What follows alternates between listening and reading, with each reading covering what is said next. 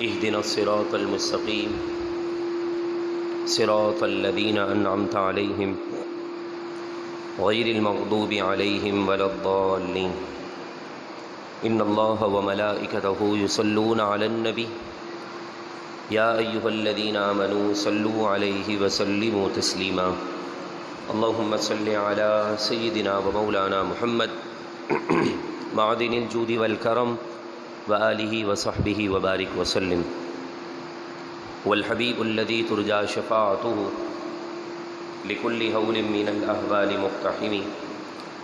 يا من يشفع عند حضرة طه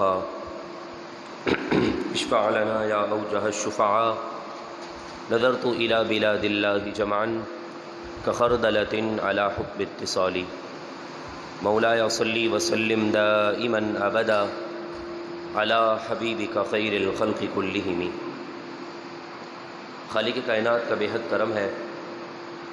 اور الحمدللہ اسی کے فضل سے پیارے آقا علیہ الصلاۃ والسلام کی پیاری سیرت کو ہم سماعت کر رہے ہیں، اور مکی زندگی کے 13 سال کا عرصہ ہم نے سماعت کر لیا،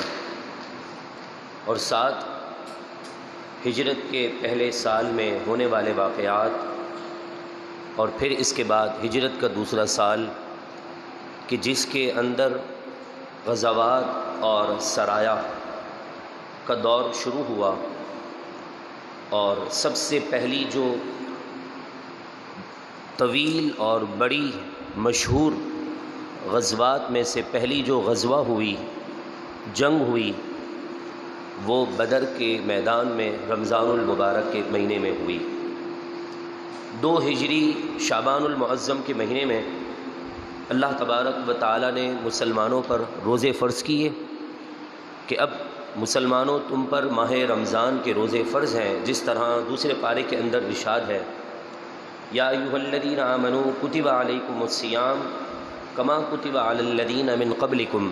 لعلکم تتقون، اے مسلمانوں تم پر روزے فرض کر دیے گئے جیسے تم سے پہلے امتیوں پر روزے فرض تھے، اس لیے کہ تم تقوی اور پرہیزگاری اختیار کرنے والے بن جاؤ۔ ماہ شعبان میں روزے فرض ہوئے، اور پھر اس کے بعد ماہ رمضان کا مہینہ آیا، تو اس پورے مہینے کے اندر صحابہ کرام علیہم رضوان اور میرے محبوب علیہ الصلاۃ والسلام نے فرض روزے ماہ رمضان کے مکمل رکھے، اور اسی ماہ رمضان کے اندر سب سے پہلی جو جنگ ہے اسلام کی حق اور باطل کے درمیان، وہ مارکے وجود میں آئی، اور اس کا واقعہ ہم سماعت کر رہے ہیں۔ جب ماہ رجب کے اندر چھوٹے چھوٹے غزوات ہو رہے تھے، تو اس دور میں عمر بن حضرمی نامی ایک شخص مسلمانوں کے ہاتھوں سے وہ قتل ہو گیا، کیونکہ وہ بھی اسلام کے خلاف اپنی ساری طاقتوں کو استعمال کر رہا تھا۔ رسول اللہ صلی اللہ علیہ وسلم نے 8 صحابہ کرام علیہم رضوان کو ان کے مقابلے کے لیے بھیجا، باقی تو کچھ فرار ہو گئے، کچھ قیدی بن گئے، لیکن عمر بن حضر نامی شخص وہ اس جنگ کے اندر مارا گیا۔ اس انتقام کی آگ مشرکین مکہ کے اندر بھڑکی ہوئی تھی کہ ماہ شعبان کا مہینہ آ گیا، مسلمانوں پر روزے فرض ہو گئے، پھر اس کے بعد ماہ رمضان کی 2 تاریخ کو قریش کے مکے کا سارا سامان لے کر تجارت کی غرض سے حضرت ابو سفیان رضی اللہ تعالیٰ عنہ دیگر ممالک کی طرف بڑھ رہے تھے، اور پھر 10 دن کے اس ٹور کے بعد حضرت ابو سفیان رضی اللہ تعالیٰ عنہ مکۃ المکرمہ کی طرف بڑھ رہے تھے، لیکن بیچ میں مدینے کی سرحد پڑنے والی تھی، اور مدینہ منورہ سے قریب بدر کا میدان ہے۔ تو حضرت ابو سفیان چونکہ اس وقت ابھی ایمان نہ لائے تھے، کافروں کے سردار تھے، آپ رضی اللہ تعالیٰ عنہ کافروں کا سارا مال مکے کی طرف لے جا رہے تھے کہ حضور علیہ الصلاۃ والسلام کے کچھ جاسوسوں نے آپ کو اس بات کی خبر دے دی کہ یا رسول اللہ، جس عظیم فریضے پر آپ نے ہماری ذمہ داری لگائی ہے، تو اس میں سے ہمیں یہ خبر ملی ہے کہ 12 یا 14 رمضان کو بدر کے میدان کے قریب سے ابو سفیان تجارتی مال لے کر نکلیں گے، اگر ہم ان کے سامان کو روک لیں تو مشرکین مکہ ہمارا کچھ نقصان نہیں کر سکیں گے، اور اس مال کی عوض میں ہم ان سے اگر کوئی شرائط رکھ کر کوئی بات منوا لیں، مثال کے طور پر کہ ہم جو ہے وہ حرم کعبہ کے اندر آ کر طواف کریں مسلمان تو تم انہیں روکو نہیں، حج کے لیے آنا چاہتے ہیں تو تم منع نہ کرو،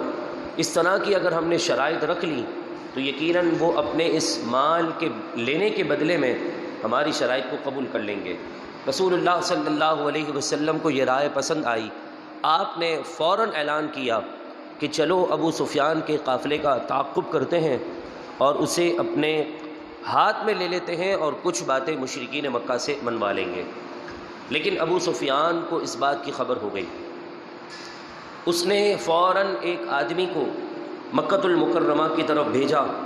اور کہا کہ جاؤ فوراً تم جا کر مکے کے اندر جا کر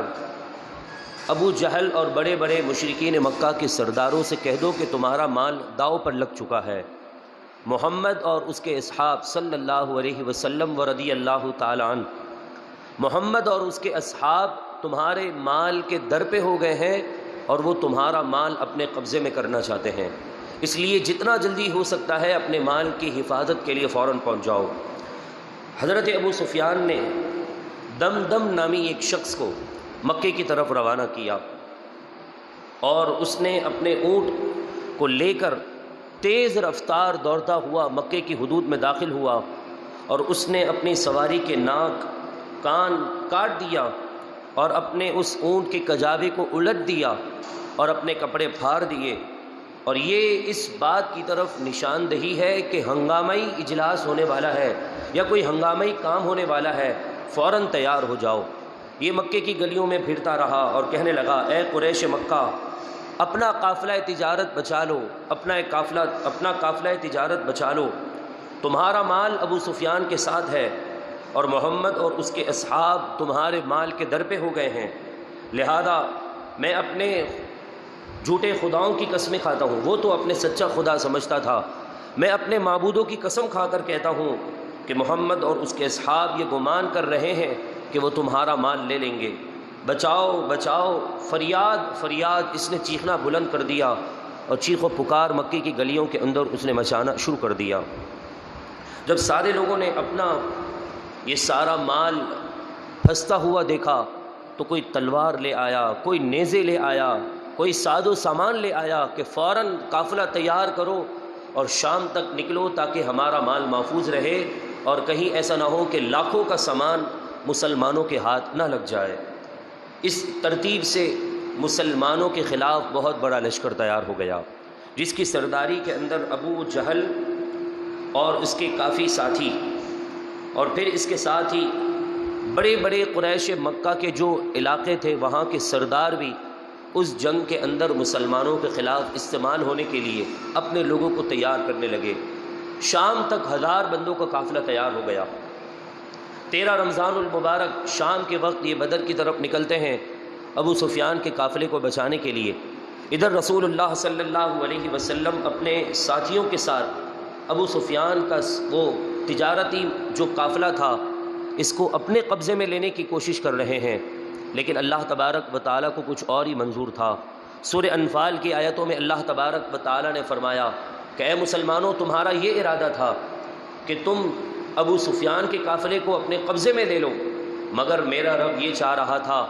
کہ تم ابو جہل سے مقابل آ جاؤ اور اسی لمحے اللہ تمہیں فتح عطا فرما دے۔ پھر ایسا ہوا، مسلمان ابو سفیان کے قافلے کے پیچھے گئے۔ ابو سفیان رضی اللہ تعالیٰ عنہ چونکہ جنگ کی چالیں جانتے تھے اور مشرکین مکہ کے سرداروں میں سے ایک سردار تھے، راستے انہیں معلوم تھے۔ جیسے ہی انہیں خبر ملی کہ رسول اللہ صلی اللہ علیہ وسلم اور ان کے اصحاب میری طرف بڑھ رہے ہیں، تو وہ بدر کے قریب ہونے کے بجائے انہوں نے لمبا روٹ اختیار کیا اور ساحل سمندر سے ہوتے ہوئے مکے کی طرف روانہ ہو گئے۔ 14 رمضان المبارک کو جب حضرت ابو سفیان رضی اللہ تعالی عنہ نے یہ محسوس کیا کہ اب میرا قافلہ ان کے ہاتھ نہیں لگے گا، تو انہوں نے ایک شخص کو پھر مکے کی طرف روانہ کیا اور کہا کہ جاؤ ابو جہل کو بتا دو کہ تمہارا مال محفوظ ہے، اب تم واپس جانا چاہتے ہو تو چلے جاؤ۔ وہ شخص نکلتا ہے حضرت ابو سفیان کا یہ پیغام لے کر قریش مکہ ابو جہل کے پاس، اور تقریباً 16 یا 15 رمضان المبارک شام کے وقت میں ایک دن کے بعد ملاقات راستے میں ہو جاتی ہے، اور اس نے یہ خبر دی کہ تمہارا مال محفوظ ہے۔ ابو سفیان جو کہ تمہارے سردار ہیں وہ کہہ رہے ہیں تم واپس جانا چاہتے ہو تو چلے جاؤ، تمہارا مال حفاظت میں ہے۔ مگر جب یہ بات سارے قافلے میں پھیلی تو قافلے والوں نے کہا کہ ہم تو اپنا مال بچانے جا رہے تھے، چلو ہم واپس چلتے ہیں۔ کچھ سرداروں نے اپنے ساتھیوں کو لیا اور واپس وہ مڑ گئے،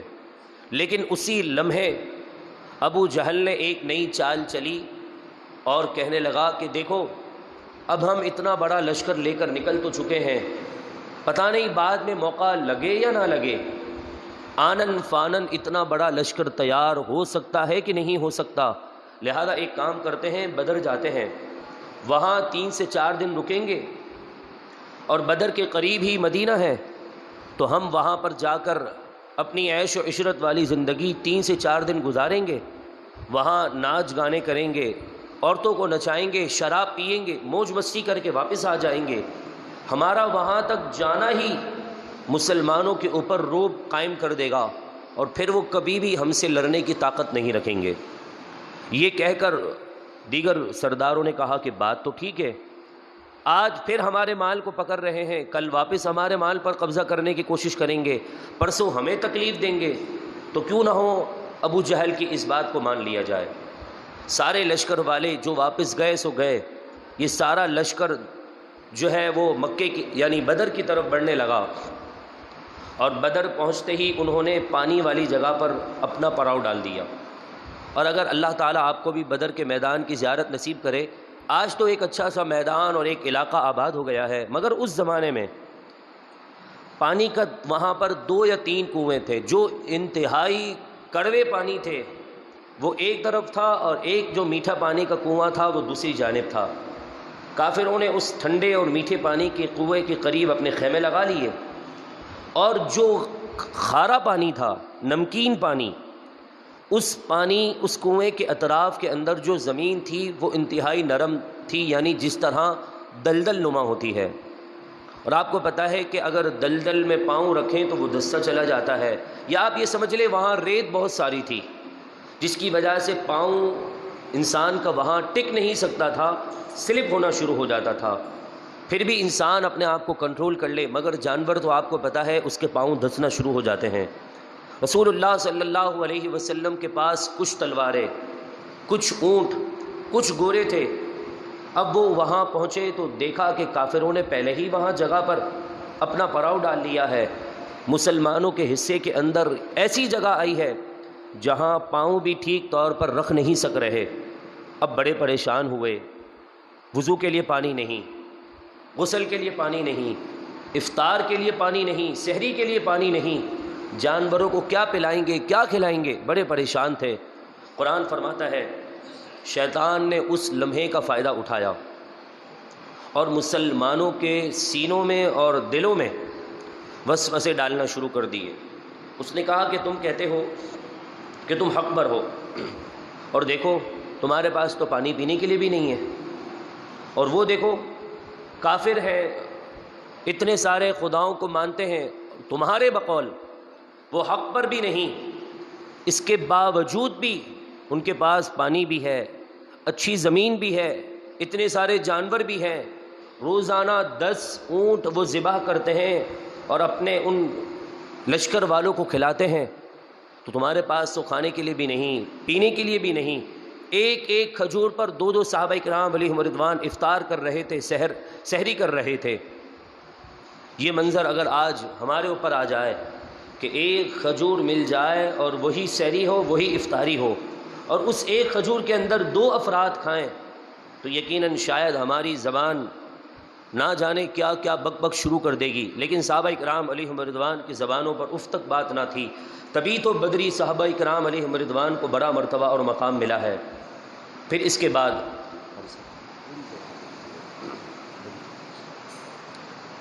جب بدر کے میدان میں یہ حالت رہی کہ ایک کھجور پر دو دو مسلمانوں کو دیا جاتا اور کہا کہ اب اسی سے سحری کرنا ہے، اسی سے افطاری، شیطان نے وسوسہ ڈالنا شروع کر دیا۔ مگر عین اسی لمحے اللہ تبارک و تعالی نے بدر کے میدان میں موجود مسلمانوں پر نیند کو طاری کر دیا۔ اور یہ ایسی کیفیت ہوتی ہے کہ اگر آپ کا پیپر ہو یا اللہ نہ کرے آپ کو یہ خبر دے دی جائے کہ صبح آپ کو پھانسی ہونی ہے، تو شاید رات کو نیند نہیں آئے گی۔ کوئی خوشی کا موقع ہوتا ہے یا غم کا موقع ہوتا ہے، جمائی تو بہت دور کی بات ہے، نیند تک کی کیفیات انسان کے اوپر کبھی سوار نہیں ہوتی ہیں۔ لیکن اللہ تبارک و تعالی نے سورہ آل عمران کے اندر یہ بات فرمائی کہ ایسی کیفیت میں کہ صبح ان کے اوپر موت کی تلواریں گھومنے والی تھیں، نیزے چلنے والے تھے، ایک رات قبل صحابہ کرام علیہم رضوان نیند میں اور جمائی لے رہے تھے، اونگ آ رہی تھی انہیں۔ یہ اونگ اللہ تبارک و تعالیٰ کی جانب سے ایک انعام رحمت تھی۔ جب وہ اونگ لے کر فارغ ہوئے، ایسا محسوس ہوا جتنی پچھلے ایک ہفتے کی تھکن تھی اس اونگ کے ذریعے سے اللہ تبارک و تعالیٰ نے دور فرما دی تھی، اور یہ اس پرسکون ہو گئے۔ عین اسی لمحے اللہ تبارک و تعالیٰ نے اپنے محبوب کی دعا کو قبول کیا۔ جب میرے محبوب نے اپنے ہاتھ بلند کیے کہ یار اے اللہ،